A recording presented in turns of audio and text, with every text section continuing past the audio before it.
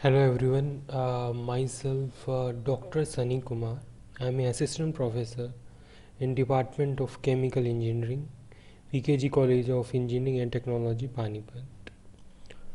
Today I am going to present this lecture on Chemical Engineering Thermodynamics 1. This is my lecture 8.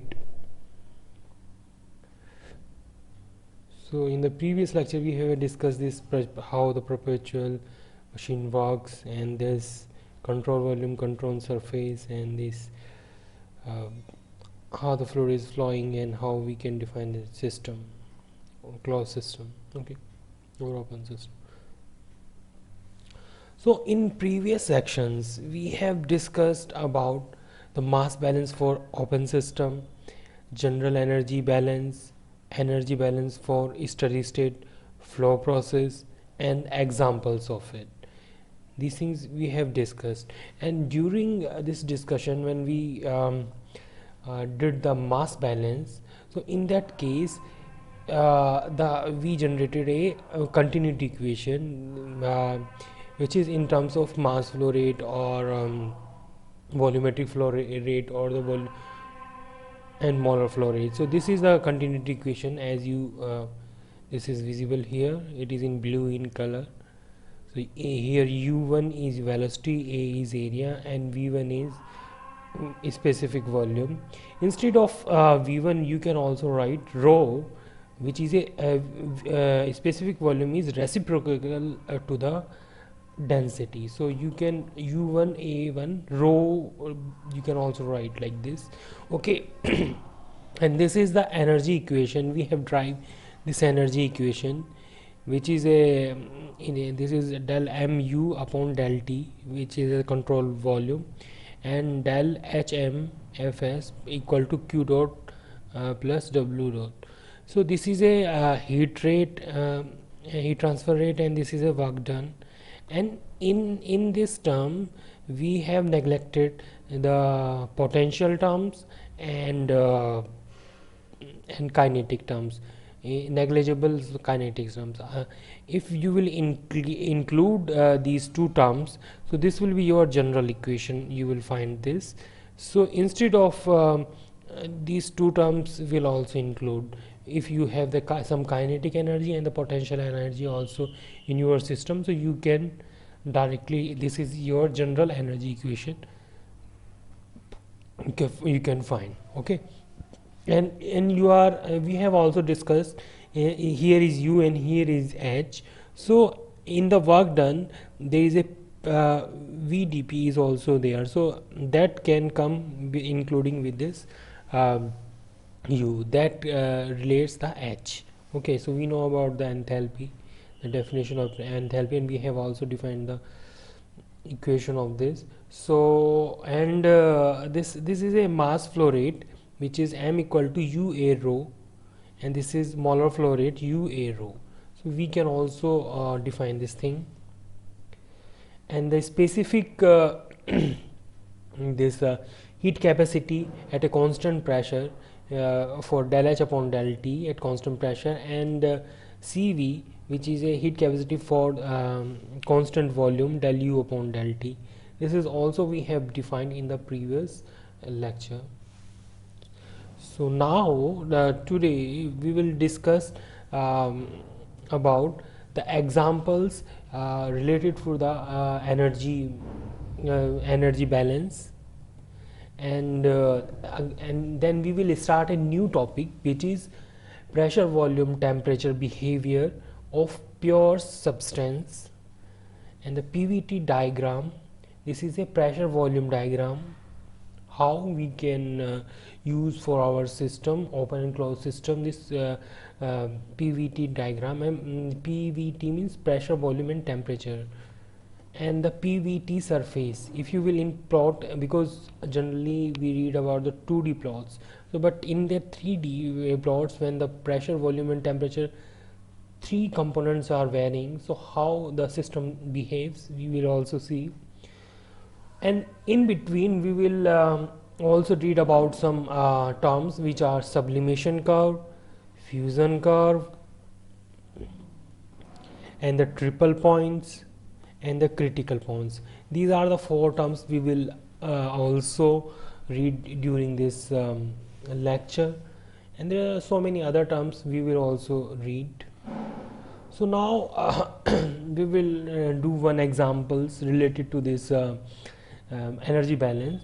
So examples is when air at 1 bar and 25 degrees centigrade enters a compressor, this is a compressor at low velocity, so the discharge at 3 bar, so at the discharge at 3 bar and enters a nozzle in which it expands to a final velocity of 600 meter per second at the initial condition of pressure and temperature.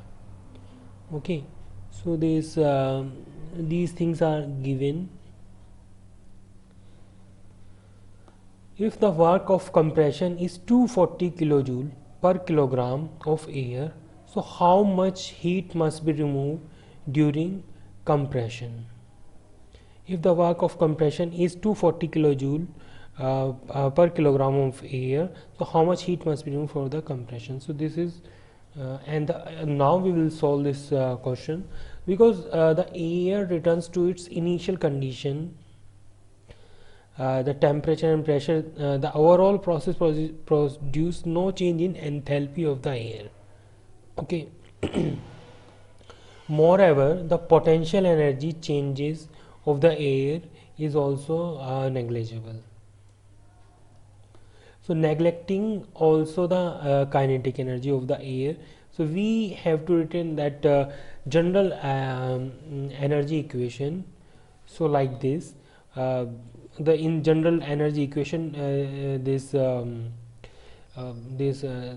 is in steady state process, so that thing will also del u upon del t, that will be also 0, and this is the remaining part.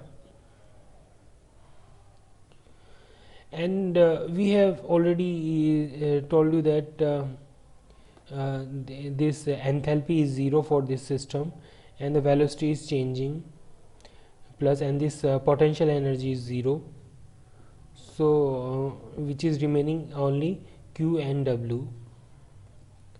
So the kinetic term energy terms is evaluated as follow. So 1 by 2 U2 square equal to 1 by 2 600. So we know that the velocity of this air is 600 meter per second. So if you will write like this, so you will get 1,80,000 meter square per second square kilogram upon kilogram. So this is your kinetic energy, and you can also change in the different units. So if you will change in 180 kilojoule per dot kg inverse, so this is the unit changes. Okay, now so you have to put here our kinetic terms, and in our questions the work done is also given, which is 240, and this is the kinetic terms. So whatever the heat is generated, which is minus 60 kilojoule dot kg inverse.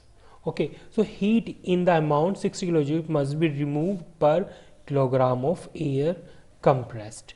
So this is the solution of our example.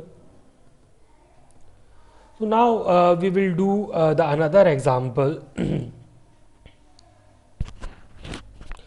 So when the water at 90 degrees C is pumped from storage tank at a rate of 3 liter per second, the motor of the pump supplies work at a rate of 1.5 kilojoule dot second inverse. So the water goes through a heat exchanger, giving up the heat at a rate of 670 kilojoule dot second inverse, and is delivered to second storage tank at an elevation 15 meter above the first tank. So what is the temperature of the water delivered to the second tank? So now we will solve this example. So this is a steady flow process for which equation 2.31 is applies. So we know about this is the 2.31 equation, where this is a steady state condition. Otherwise we have to rate the rate of the change in with the time, we have to also include that terms, but it is a steady state process, so that term will be negligible. And the initial and the final velocity of the water in the storage tanks are negligible. Okay, and so the term del u2 by del 2 may be omitted, so that can be we can remove it, because there is a no velocity inside or out, so we are not considering. So all remaining terms are expressed in unit of kilojoule dot kg inverse. At 90 degrees centigrade, the density of water is 0.965 kilogram dot liter inverse, and the mass flow rate is this is the mass flow rate, m equal to 3 into 0.965. so the 3 you can see here, this is a volumetric flow rate, 3 liter per second, and 0.965 is 0.965 is the density of the water at 90 degrees C we are taking. So your mass flow rate will be the 2.895 kilogram per second. For the heat exchanger, so the Q will be minus 670 upon 2.895, so you will get minus 231.4 kilojoule dot kg inverse. So if you will see here, so the heat is given is 670 kg dot second. So this is the rate, heat rate. So if you will want to calculate for the heat per kilogram, so you can directly divide it by the mass flow rate. So for the shaft work of the pump, so the Ws which is already given, the work done is also, the shaft work done will is 1.5, and if you will divide it by 2.895, which is a mass flow rate, so you will get 0.52 kilojoule dot kg inverse. This is your work done by the shaft.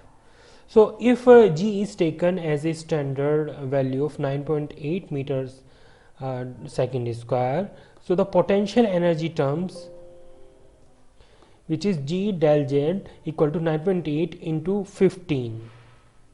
So this distance is potential energy is 147 meter square second square. Actually this is also given, this is a elevation height 15 meter for above the first tank, so you can easily calculate that terms, the elevation potential energy you can easily calculate, which is 147 meter square second square. Okay, so if you will convert into the kilojoule dot kg inverse, so it will be 0.147 kilojoule kg inverse. So this will be your potential energy. So now you have all the terms, you have the potential energy, you have the work done, you have the heat removed from the system, or and so all the terms you have. So equation 2.31, so that is the initial one, we have already seen this equation. So you can easily write in terms of del H equal to Q plus Ws. Okay, where Q is 0.15, I think. Q is minus 231 and 0.4, and W is 0.52. 0.52 and minus 231, and we are saying it is a, if you will round up this, so it will be 0.15 potential energy.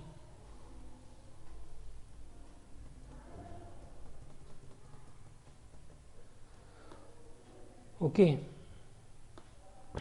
So you can directly write this. So for the steam table, for the enthalpy of the liquid water at 90 degree centigrade is H1 is 376.9 kilojoule per kilogram. So actually we will define in the after this actually so actually the steam table is the table so which is the where we find the properties of the saturated steam or properties of the supersaturated steam. So these tables are generated by the computer from programs based on the 1976 international formulation committed formulation for industrial use.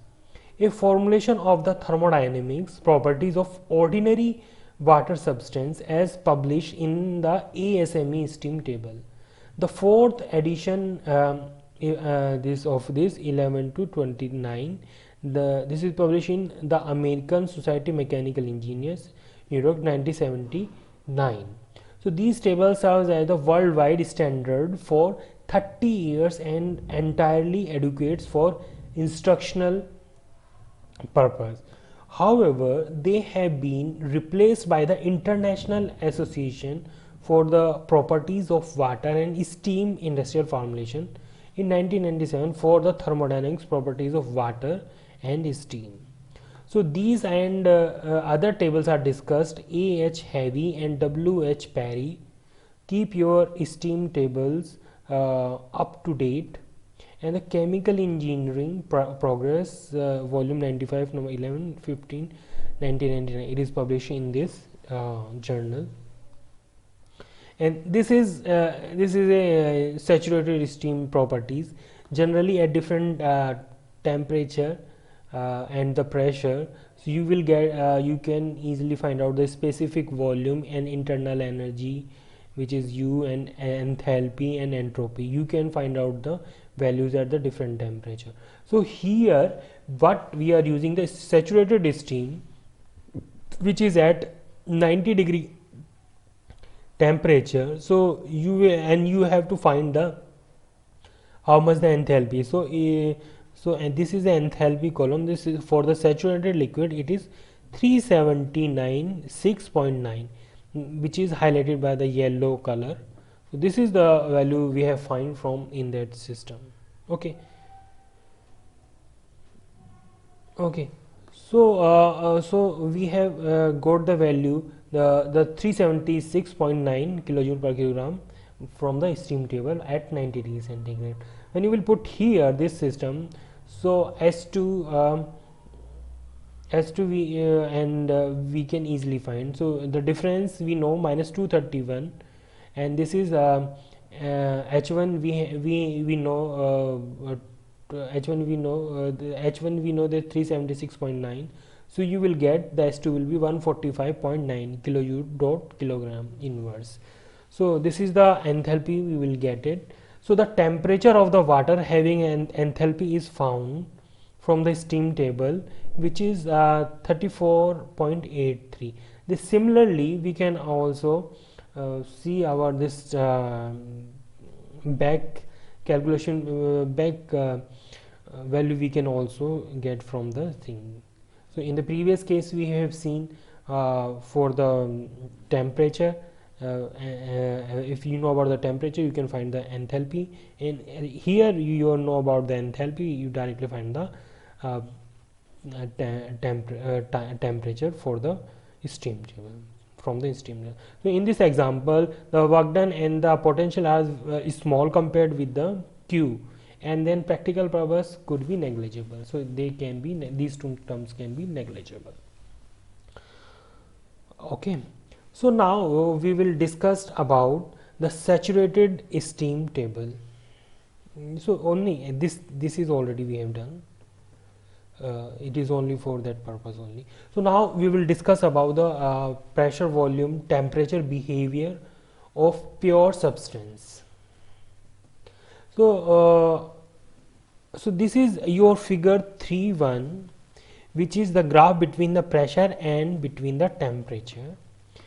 and they display the equilibrium condition of pressure and temperature at which solid, liquid and gas phases of a pure substance exist. Actually, in this figure, you can see the different phases of the solid, liquid and gases. The lines 1 to 2, this is 1 to 2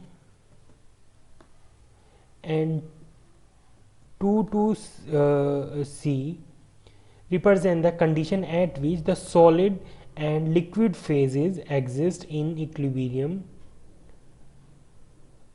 with the vapor phase. Actually, in the full version I will show here. So this is your system. So 1 to 2 and 2 to C.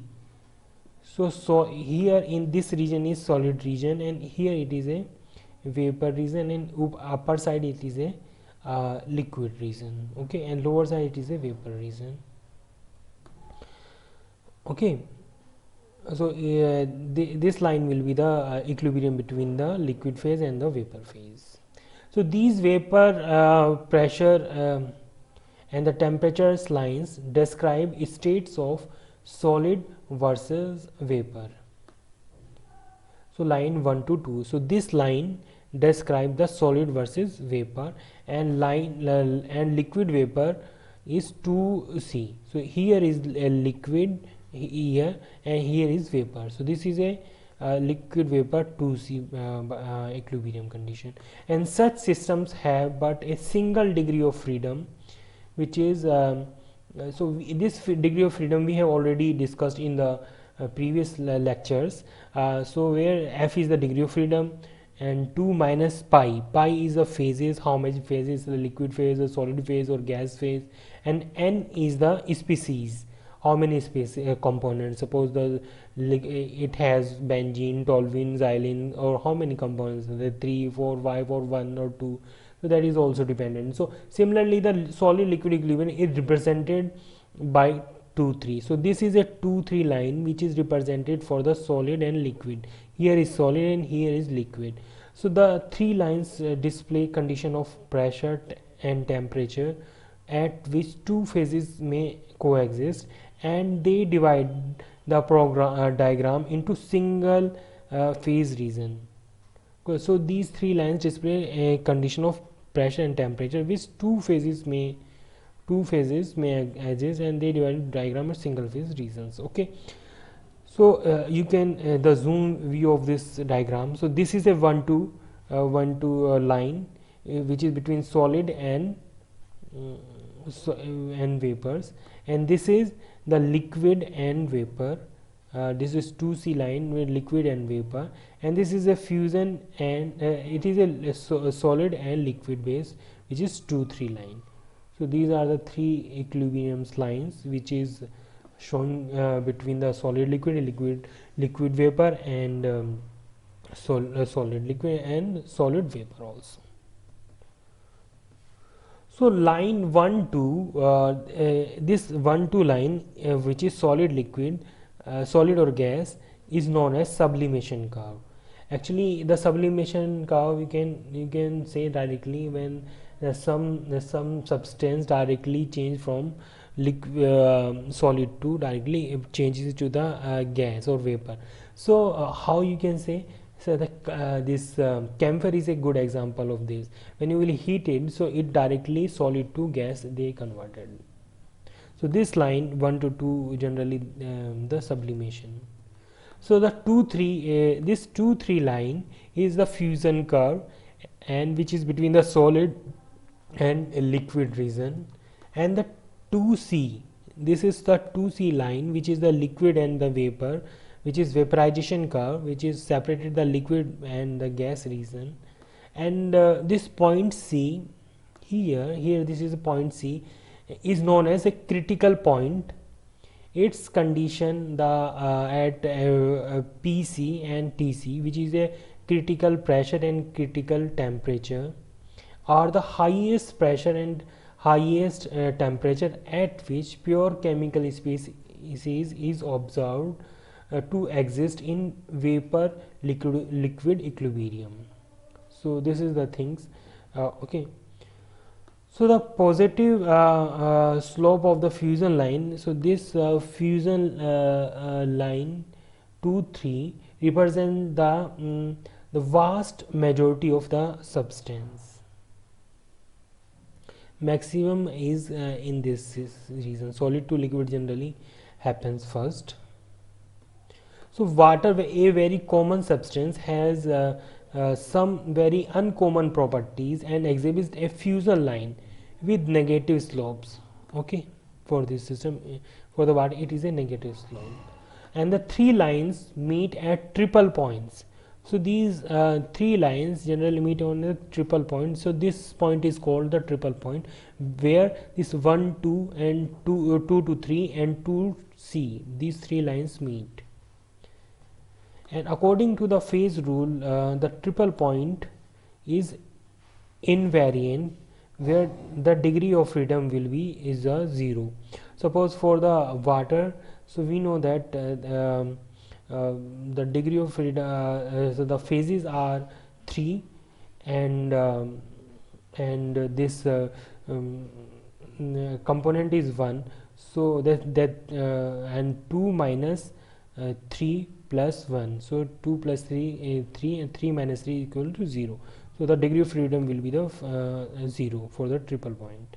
So if the system exists along any of the two phases line, as figure show, so it is a univariant when a degree of freedom f equal to 1, where the single phase region it is divariant. So it is called f equal to degree of freedom will be at 2. Invariant and univariant and divariant states appears as points, curves and area respectively on PT diagram. So that PT diagram shows. So the changes of states can be represented by the lines on the PT diagram. So the constant temperature changes by the vertical line. So we have seen this vertical line in the 2 3 line, and a constant P changes by the horizontal lines. Okay. So the upper so graph is like this. So the in the bottom it is a pressure terms which is horizontal line, and the vertical term is a temperature. So when the such a line crosses a phase boundary, and abrupt changes in properties of the fluid occurs at constant temperature and pressures. For example, vaporization of transition from liquid to vapor. So water in an open flask is obviously liquid in contact with air. So this is a very common thing. So if the flask is sealed with air and air is pumped out, so water vaporizes to replace the air, and H2O fills the flask. Through the pressure in a flask is much reduced, everything appears unchanged. So the liquid water residues at the bottom of the flask. So the liquid water residue at the bottom of the flask, and because its density is much greater than the water vapor, and the two phases are in equilibrium at conditions represented by a point on curve 2C as shown in figure 3.1. So so far from the critical point C, the properties of liquid vapor are very different. So we have already discussed the critical points, which is the C. That is here that positions the behavior for the liquid fluids are different.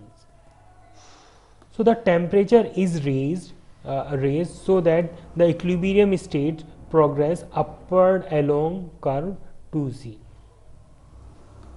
So the properties of the two phases becomes more and more nearly likely. At point C, they becomes identical and the meniscus disappears. One consequence is that the transition from the liquid to vapor may occurs along path and that do not cross the vaporization curve 2C and forms A to B. Okay, so they can directly change it. So the transition from liquid to gas is gradual and does not include usually vaporization steps. So the reason existing at temperature and pressure greater than Tc and Pc is marked off dashed line as shown in figure 3.1. So these do not represent the phase boundary but rather are limited fixes by the meaning of accords and the words limit liquid and gases. So a phase is generally considered a liquid if vaporization results from pressure reductions at constant temperature, and the a phase is considered a gas if condensation results from temperature reduction at constant pressure. When it is at constant pressure, so it will be so condensation have for the gas. So since neither process can be initiated in the region beyond the dashed line, and it is called the fluid regions. So the gas region is sometimes divided into two parts as the dotted vertical lines of figure 3.1. So the gas to the left to the this line, which can be condensed either by compression at constant temperature or by the cooling at constant pressure, is called a vapor. Okay, so the fluid existing at a temperature greater than Tc, the critical temperature, is said to be supercritical. Okay, so an example of is atmospheric air.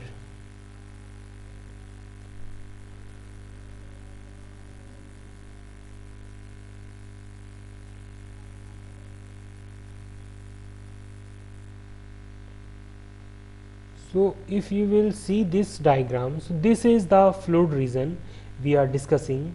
So at this condition it is a supercritical fluid, generally we will say, and this is a gas region, here is a gas region, and here is a liquid region, A to B, and it is changes to A to B. So these are the things very important for the system. For actually in the last portion this critical points is very important. At critical point this is C, at the above this we will call it is a gas, but in the lower for this it is a vapor, generally we will call, and here it is a supercritical condition, generally fluids we will say this. Okay, so that is very important.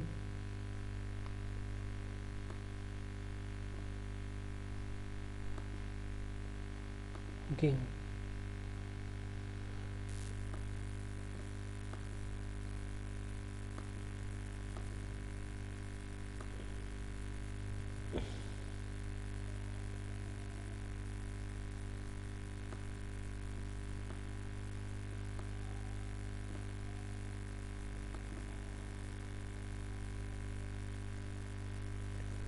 so here actually we are discussing in the sections how this is the fluid region, and this gas region is sometime divided into two indicates. So this is the gas region which is shown by this dotted line, and gas to the left of the line, so here, which contains the compressed at constant temperature or by cooling at pressure, is called vapor. Okay, so this is the thing, and and the phase is generally considered liquid if vaporization results from pressure reduction at constant temperature, and the fluid existing at a temperature greater than this Tc temperature. So this is a critical temperature. For the above this, it is a supercritical condition, we will say. So generally air is an example of it. So at this point it is a supercritical condition.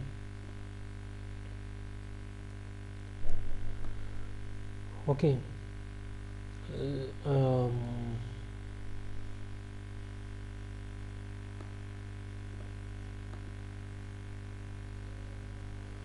So now, so today we have discussed about the some examples of energy balance for the steady state conditions, and some unsolved problems we have also solved, and we have seen what are the energies equations we can use, and continuity equation examples, and this energy general energy equations we have did some examples related to these, and uh, we have also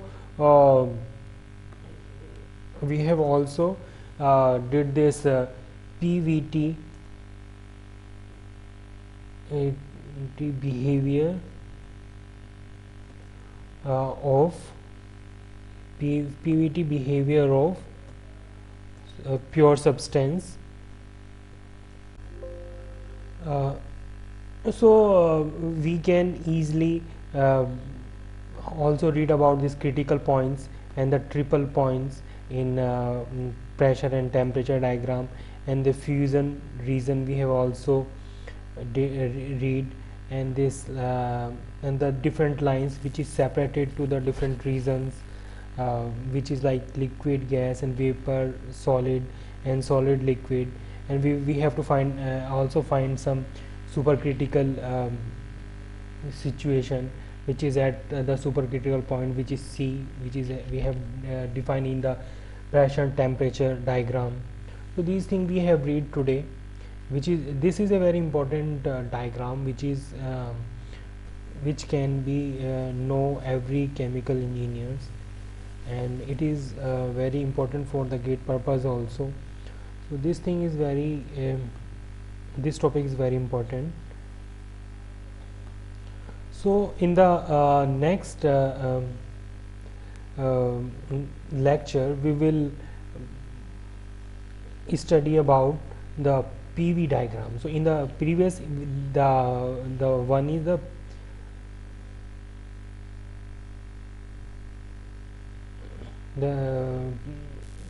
previous one, it is a PT diagram. So now we will read about the PV diagram and PVT surface diagram.